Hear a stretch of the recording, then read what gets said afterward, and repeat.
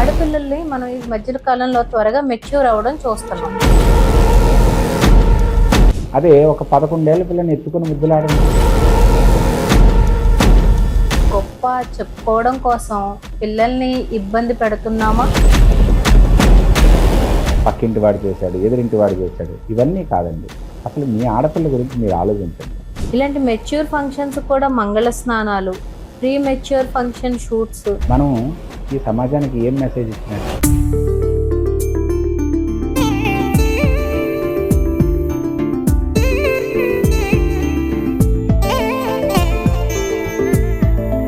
Welcome to digital మహిళ. ఈరోజు చాలా ఎక్కువ మంది ఫేస్ చేస్తున్న ఒక ప్రాబ్లం, ఇంచుమించుగా మధ్య తరగతి వాళ్ళు, ఆ పైబడ్డ వాళ్ళు, కింద స్థాయి వాళ్ళు ఎవరైనా కూడా ఆడపిల్లల్ని మనం ఈ మధ్య కాలంలో త్వరగా మెచ్యూర్ అవ్వడం చూస్తున్నాం. సరే, అదేదో హార్మోనల్ చేంజ్ అవుతుంది, ఎర్లీ పొబర్టీ అవుతుంది, అంతా బాగానే ఉంది.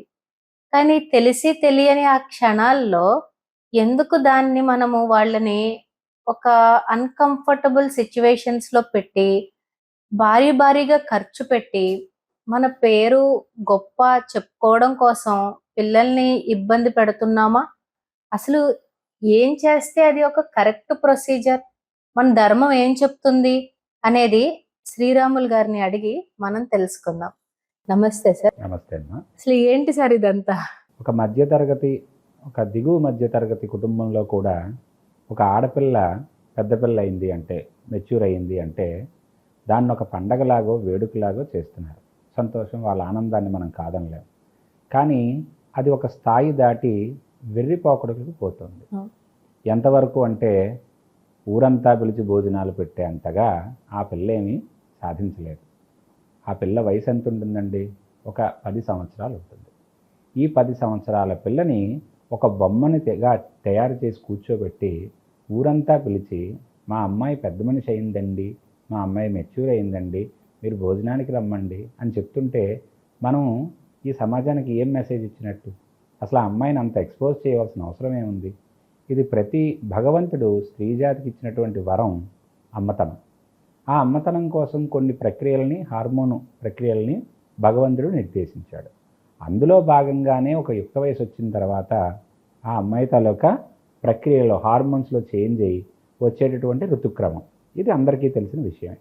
దీనికి ఎందుకు ఇంత ఆర్భాటం చేస్తున్నాం? అయితే దీనికి ధర్మంలో కానీ, వేదంలో కానీ, లేదంటే మరొక దాంట్లో కానీ ఏదైనా ఒక ఆధారం ఉందా అని మనం ఆలోచిస్తే మనకి తెలిసిన వాళ్ళలో వివాహతత్వం అనే పుస్తకం కావచ్చు, లేదంటే శారదా యాక్ట్ పుస్తకాలు కావచ్చు, అనేకమైనటువంటి పెద్దలు కూడా దీని మీద, చాలా సంఘ సంస్కర్తలు కూడా వివరించడం జరిగింది. అసలు ముందు వేదంలో ఏం చెప్పారో తెలుసుకుందాం. తద్వారా కదా మనకి ఏ విషయాన్నైనా అర్థమయ్యేలా ఉంటుంది. అష్టవర్షేత్ భవేత్ కన్య, 8 సంవత్సరాలకి ఒక ఆడపిల్ల కన్య అవుతుంది. దశవర్షేత్ భవేత్ గౌరీ, నవవర్షేతు రోహిణి, 9వ సంవత్సరంలో రోహిణీదేవిగా మనం ఆ ఆడపిల్లను చూసుకుంటాం. అలాగే 10వ సంవత్సరంలో గౌరీగా చూసుకుంటాం. తదోర్ధ్వం రజస్వల, ఆ 10 సంవత్సరాలు దాటిన తర్వాత రజస్వల అయినా అవకపోయినా ఆడపిల్లని జాగ్రత్తగా చూసుకోవలసిన ప్రక్రియ మనం ప్రారంభిస్తాం. దాన్నే చాలామంది ఓణీ ఫంక్షన్ అని పిలుస్తారు. అయితే ఈ ఓణీ ఫంక్షన్ అనేది ఒక లిమిటెడ్ ప్రాసెస్లో పెట్టడానికి కారణం, కేవలం ఆ కుటుంబ సభ్యులు, బంధువర్గాల వరకు మాత్రమే పిలిచి చేయడానికి గల కారణం ఏంటంటే, ఆడపిల్లకి కొన్ని ఇబ్బందులు ఉంటాయి. స్పర్శ జ్ఞానం ఉంటుంది. స్పర్శ వల్ల కూడా ఆడపిల్లలు ఇబ్బంది పడతారు. అందుకని బంధువర్గంలో ఒక 10 సంవత్సరాలు దాటినటువంటి పిల్లని తీసుకొచ్చి ఒక ఓణీ ఫంక్షన్ లాంటిది చేస్తే ఆ బంధువర్గంలో తెలుస్తుంది, ఈ పిల్లకి వయసు వచ్చింది, మనం ఈ పిల్లతోటి జాగ్రత్తగా ఉండాలి, స్పర్శయుక్తంగానే ఉండాలి తప్ప దగ్గరగా. ఇప్పుడు ఒక చిన్న పిల్ల ఉంది, మనం ఎత్తుకుంటాం, ఆడించుతాం, ముద్దులాడతాం. అదే ఒక 11 ఏళ్ల పిల్లని ఎత్తుకుని ముద్దులాడండి, అది ఎంత అసహ్యంగా ఉంటుంది, ఎంత అసభ్యకరంగా ఉంటుంది. కాబట్టి ఒక 10 ఏళ్ల పిల్లని ఎత్తుకుని ముద్దులాడడానికే మనం కొంచెం ఆలోచిస్తే, అదే 10 ఏళ్ల పిల్లని ఒక ఫంక్షన్ రూపంలోనో, లేకపోతే మన గొప్ప చూపించుకోవడానికో, లేకపోతే మన తాలూకా వ్యవస్థ చూపించుకోవడానికో మనం ఆ పిల్లని కూర్చోబెట్టి ప్రపంచం అంతా పిలిచి భోజనాలు పెడుతూ దాన్ని ఒక పండగలా చేయడమే కాకుండా, ఇప్పుడున్న కొత్త ట్రెండ్ కూడా ఒకటి పుట్టిందండి. ఏంటంటే, ఒక ఆడపిల్ల పెద్ద మనిషి అవగానే ఒక ఫ్లెక్సీ తీసుకొస్తాడు, ఆ ఫ్లెక్సీ తీసుకొచ్చి ఆ అమ్మాయి కలవ పువ్వులు చేత్తో పట్టుకున్నట్టుగానో కూర్చున్నట్టుగానో వేస్తాడు. వేసి ఆ బ్యానర్ని తీసుకొచ్చి ఆ వీధి చివరన పెడతాడు. ఏం చెప్తున్నాం మనం? ఆ అమ్మాయి 10వ తరగతిలోనే 10 సంవత్సరాలకో 11 సంవత్సరాలకో పెద్ద మనిషి అవుతుంది. ఈ పెద్ద మనిషి అయిన పిల్ల రేపు పొద్దున్న స్కూల్కి వెళ్ళాలి కదా. ఇంట్లో కూర్చొని పెట్టుకునే పిల్ల కాదు కదా, స్కూల్కి వెళ్తుంది. అప్పుడు ఆ ఇబ్బందులు మీ తల్లిదండ్రులు ఎప్పుడైనా గమనించారా? ఆ పిల్లని నీకేం ఫంక్షన్ చేశారంటే ఆ పిల్ల ఏం చెప్పగలుగుతుంది? అది మనం ఆలోచించాలి. పూర్వం 8వ ఏట పెళ్లి చేసేవారు. అష్టవర్షేత్ భవేత్ కన్యా. కన్యాదానం ఎప్పుడు చేయాలి? 8వ సంవత్సరంలో కన్యాదానం చేసేవారు.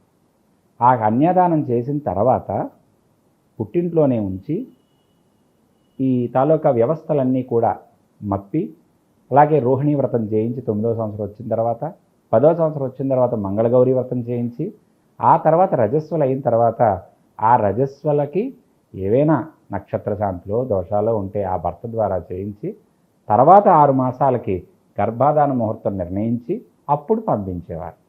ఇది ఒక ప్రక్రియగా ఉండేది. కానీ నేటి సమాజం మారింది. నేటి సమాజం ముందుకు వెళుతున్నది. అయినా మనం కొన్ని పద్ధతుల్ని గుడ్డిగా అవలంబించడం వల్ల మనం ఒక మధ్యతరగతి కుటుంబాన్ని ఇబ్బంది పెట్టిన వాళ్ళము అవుతున్నాము. అలాగే ఆ మధ్యతరగతిలో పుట్టిన ఆడపిల్లని కూడా ఇబ్బంది పెట్టిన, మధ్యతరగతినే కాదు, ప్రతి ఆడపిల్లకి ఇదొక ఇబ్బందికర వాతావరణమే. ఆలోచించండి, ఎంతమంది ఆడపిల్లలు ఈ ఫంక్షన్ చేసుకోవడానికి వాళ్ళని ప్రేరేపిస్తున్నారు.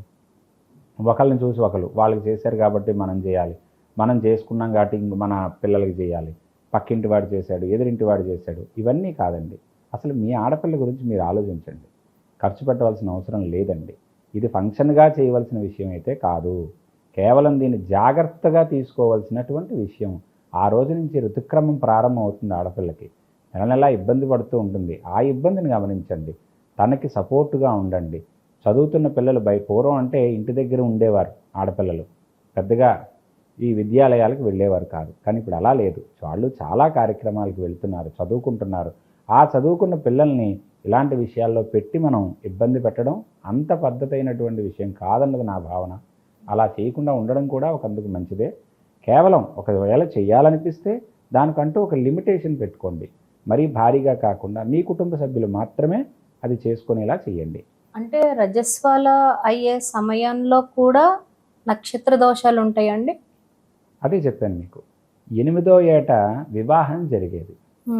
వివాహం జరిగిన అమ్మాయి రజస్వలైతేనే దోషం. రజస్వల దోషం ఉంటుంది. ఎవరికి ఉంటుంది అది? ఈ రజస్వలైనటువంటి దోషాన్ని విముక్తి చేసుకోవడానికి శాంతి రూపంలోనో మరొక పూజ రూపంలోనో పూర్వం చేసేవారు. కానీ ఇప్పుడు వివాహం కావటం లేదు. రజస్వలు అవ్వకుండా వివాహం చేయడం అనే ప్రక్రియ లేదు. కాబట్టి దాని గురించి మనం పెద్దగా ఆలోచించవలసిన అవసరం అయితే లేదు. చూశారు కదండి, మనం ఇక్కడ ఆడపిల్లల్ని ఇబ్బంది పెడుతున్నాం, ఎంబ్రాసింగ్ మూమెంట్స్లోకి తీసుకువెళ్తున్నాం. పైగా ప్రీ వెడ్డింగ్ షూట్లలాగా pre mature function shoots, mehndi functions, ఇలాంటి మెచ్యూర్ ఫంక్షన్స్ కూడా మంగళ స్నానాలు, అంటే ఎక్కడో కూడా మనము ఫొటోస్ కోసం, మన క్రియేటివ్ సెలబ్రేషన్స్ కోసం, మనకి ఎన్నో సంవత్సరాల నుంచి వస్తున్న కల్చర్ని కానీ ధర్మాలను కానీ పక్కకు పెట్టేసి మనం పిల్లల్ని ఒక అన్కంఫర్టబుల్ సిచ్యువేషన్స్లో పెట్టడం అయితే మంచిది కాదు. పిల్లలతో మాట్లాడండి, వాళ్ళు ఎలా ఫీల్ అవుతున్నారో తెలుసుకోండి. శ్రీరాములు గారు చెప్పినట్టు ఇప్పుడు చదువుకుంటున్న పిల్లలు ఎక్కువ మంది ఉన్నారు కాబట్టి వాళ్ళ యొక్క ఇబ్బందులు కూడా తెలుసుకోండి. తెలుసుకుని వాళ్ళకి అనుగుణంగా నడిస్తే మీ కుటుంబం అంతా కూడా సంతోషంగా ఉంటుంది. Thank you sir. Thank you.